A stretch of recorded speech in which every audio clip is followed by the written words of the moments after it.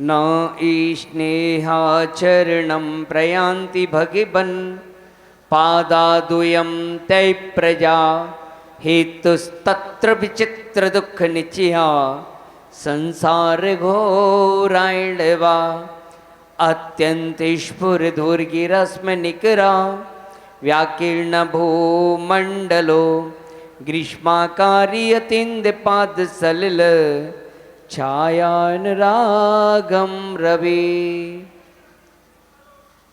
देवादिदेवादिनाथ भगवान की, देवादिदेव वाशुपूज्य भगवान की, चिंतामणि पार्श्वनाथ भगवान की, शासन नायक भगवान महावीर स्वामी की, चारि चक्रवर्ती आचार्य शांति सागर जी महाराज की, संत श्रोमणी आचार्य धर्म सागर जी महाराज की, वात्सल रत्नाकर आचार्य विमल सागर जी महाराज की, मर्यादा शिष्योत्तम आचार्य भरत सागर जी महाराज की, राष्ट्र संत आचार्य श्री 108 विद्यानंद जी महाराज की, आचार्य श्री 108 भरत सागर जी महाराज की, आचार्य श्री 108 सुत सागर जी महाराज की, प्रज्ञा श्रवण मुनि श्री 108 अमित सागर जी महाराज की, 10 लक्षण महापर्व की जय बोलो। परम पूज्य पाठशाला प्रणेता मुनि श्री 108 हनुमान सागर जी गुरुदेव की जयकारा गुरुदेव का।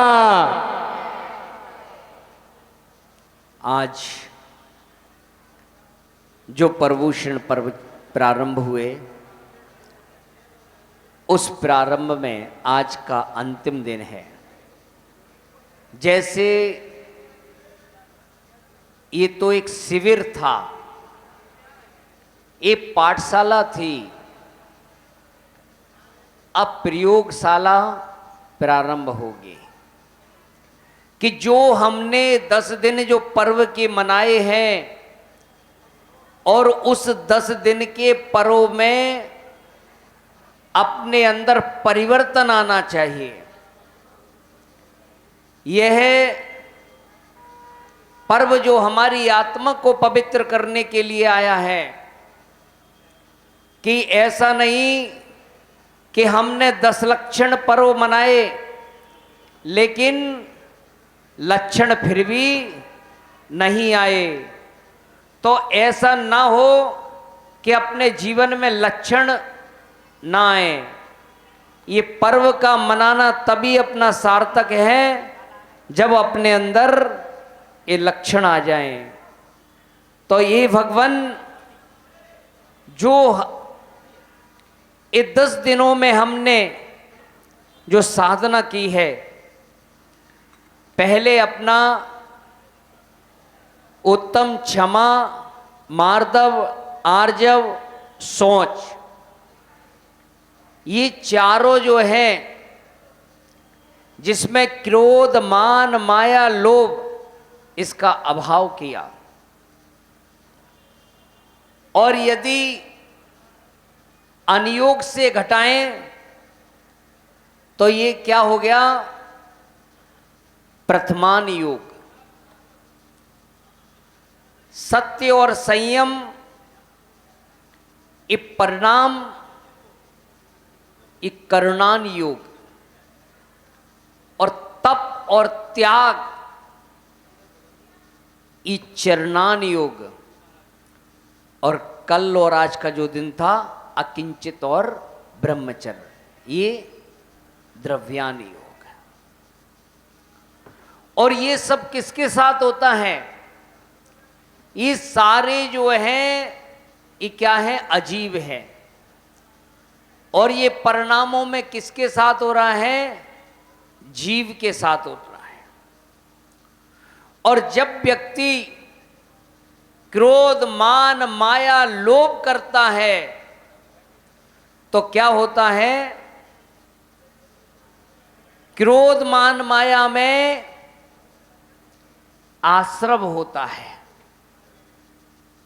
क्रोध, मान, माया में आश्रव होता है। और लोभ में क्या करता है? इकट्ठा करता है, बंद होता है। लेकिन सत्य और संयम से जो आते हुए कर्मों को रोक दिया जाता है, संबर करता है और तप और त्याग से उन कर्मों की निर्जरा करता है और अकिंचित और ब्रह्मचर्य से मोक्ष को प्राप्त करता है। ऐसे जो ये कर्म हमारे प्रतिदिन आ रहे हैं, जिसके कारण हम सबको जान पा रहे लेकिन स्वयं को नहीं जान पा रहे। ब्रह्मचर्य का मतलब होता है ब्रह्म यानी आत्मा, चर्य यानी आचरण, कि अपनी आत्मा में ही रमण करना, अपनी आत्मा में ही आचरण करना, वही क्या है? ब्रह्मचर्य है। आचार्य भगवान कहते हैं ब्रह्मणि आत्मनि चरति इति ब्रह्मचर्यम, कि जो अपनी आत्मा में निवास करता है, आचरण करता है, वही ब्रह्मचर्य है।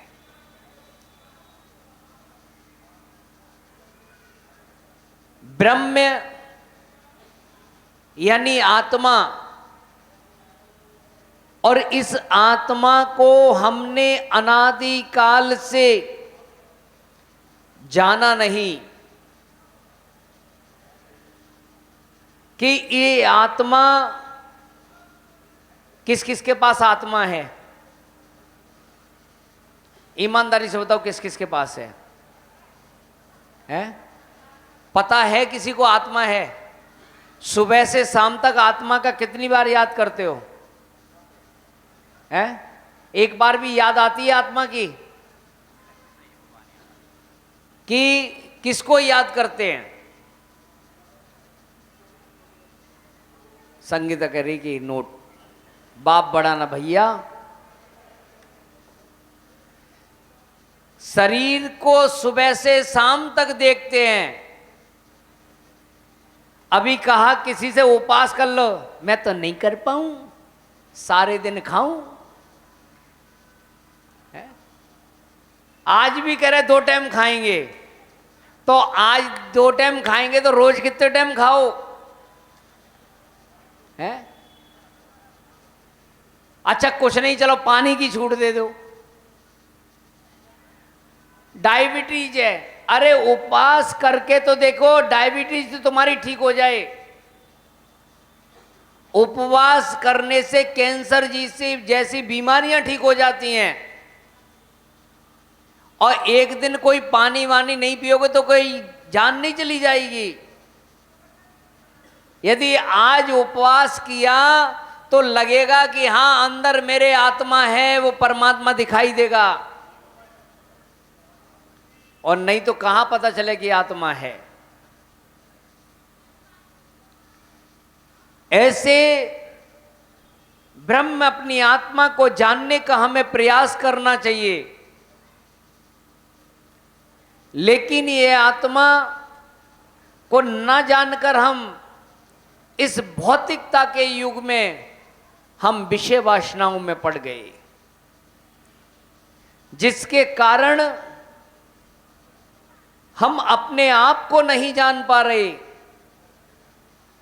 यदि हमें किसी से पहचान करनी है, किसी को जानना है, तो हमें स्वयं को जानना है।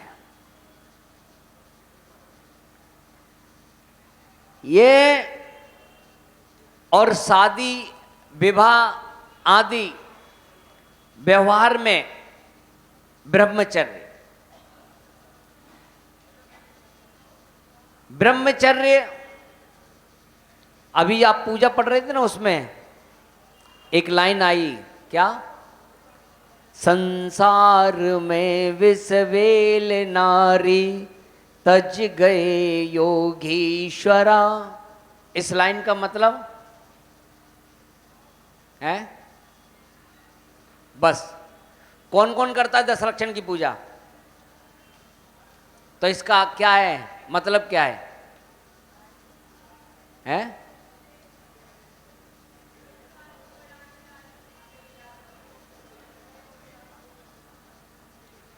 विषवेल एक रोग का नाम है, सुना है किसी ने? और किसी को हो जाती है तो वो मृत्यु को प्राप्त हो जाता है। ऐसे ही जो मोक्ष मार्ग पर जा रहा है तो उसके मार्ग में यदि स्त्री आ जाए तो वो क्या है? विषवेल के समान है। और यदि स्त्री मोक्ष मार्ग पर जा रही है तो उसके बीच में यदि जो है पुरुष आ जाए तो वो विषवेल के समान है, दोनों के लिए है। अब कोई स्त्री पूजा लिखती तो फिर वो लिख देती पुरुष विषवेल, हाँ, तो दोनों के साथ लगाना है। जागर नारी बसे, जागर नारी बसे, बागर बसे न कोई, और जागर हरि बसे, बागर बसे न कोई। कि जागर नारी बसे, बागर बसे न हरि, और जागर हरि बसे, बागर बसे न कोई। जिसके हृदय में भगवान बस जाता है फिर उसके हृदय में कोई वास नहीं करता है। ऐसे हमें अपने अंदर ऐसे भगवान को विराजमान करना है, और मेरा भगवान मेरे अंदर विराजमान है। पर आज कई लोग हैं जो शादियां नहीं हो रही। अभी कोई आया था 2 दिन पहले, बोले महाराज आशीर्वाद दे दो, बेटे का विवाह हो जाए। मैंने कहा अम्मा जिनके हो गए वही परेशान हैं? क्योंकि कई लोग आते हैं उनसे कहते भाई शादी कर ले, वो कह रहे नहीं रहने दे ऐसे ही ठीक है। गुजरे हैं आज इक्स में हम, हर मुकाम से नफरत सी हो गई है शादी के नाम से। वो कहते देखते हैं ऐसा माहौल देख के शादी के नाम से ही डर लगता है। क्यों पता नहीं कैसी आई और वो भाग गई, चली गई। आज भी ये देखिए कि शादी होने के बाद बच्चे हो गए, कहते हम साथ नहीं रहना चाहते हैं। शादी कोई गुड्डा गुड़ियों का खेल है क्या? शादी ग्रस्त जीवन की दीक्षा है। सा यानी साथ और दी यानी दीक्षा। जीवन भर एक दूसरे का साथ निभाने की दीक्षा का नाम शादी है। कि शादी कहां करना, कैसे करना, आजकल जो है पहले शादी करते थे तो देखते थे परिवार कैसा है, बेटी संस्कारित है कि नहीं। और आज संस्कार नहीं देखते, आज देखते जॉब वाली है कि नहीं। तो जॉब वाली है तो फिर वो तुम्हारे घर रहेगी क्या? जॉब वाली रहने वाली नहीं है और तुम्हारा ले लेवा के भी चली जाएगी। यदि 5 लाख खर्च करे हैं तो वो 50 लाख लेके जाएगी ब्याज सहित। ज्यादा दिन रुकेगी तो उतने ज्यादा लेके जाएगी। जैसे 1 आध महीने में वो हो गया तो फिर इतने में। साल भर रहेगी तो 1 करोड़, 2 साल रही तो 2 करोड़। ये क्या हो रहा है? व्यापार है क्या? एक बार शादी देखिए कि अंजना, सीता, मैना, सुंदरी आदि कैसी भी कितनी भी परेशानियां आई हैं, लेकिन दोबारा शादी नहीं की है।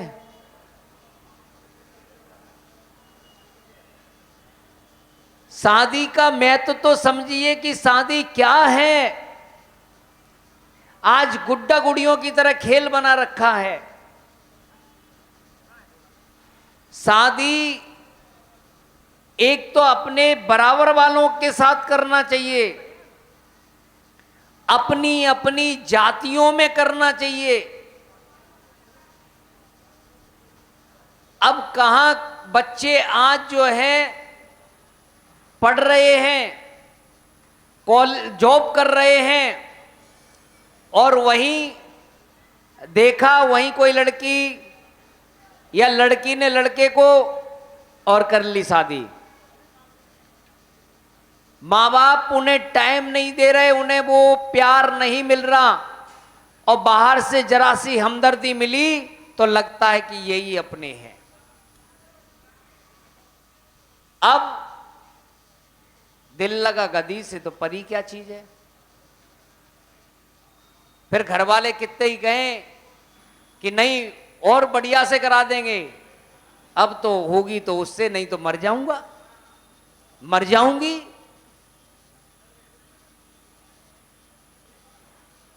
अब वो अपने विचार रखते हैं और उन विचारों के सामने माता पिता को लाचार होना पड़ता है। और लाचार वही होता है जिन्होंने अपने बच्चों को संस्कार नहीं दिए हैं।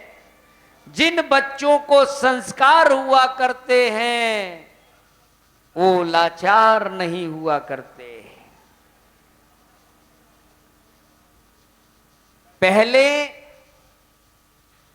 पहले भी हुआ करती थी शादी, आजकल उसे लव मैरिज बोलने लगे। पहले भी राजा लाते थे ना भगा के, चक्रवर्ती विवाह, गंधर्व विवाह, पता नहीं कौन कौन से विवाह चलते थे।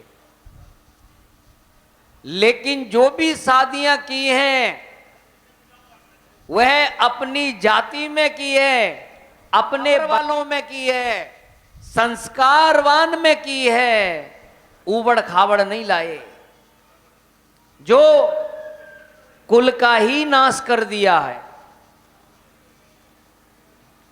इन नोट आ रहे तो इतने बोल क्यों रहे हैं? नोट की गर्मी आ गई क्या है?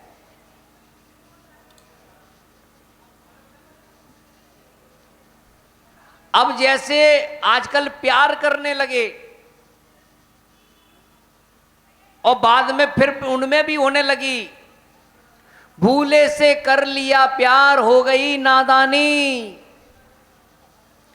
ठेका लिया अनमोल ले ली बदनामी।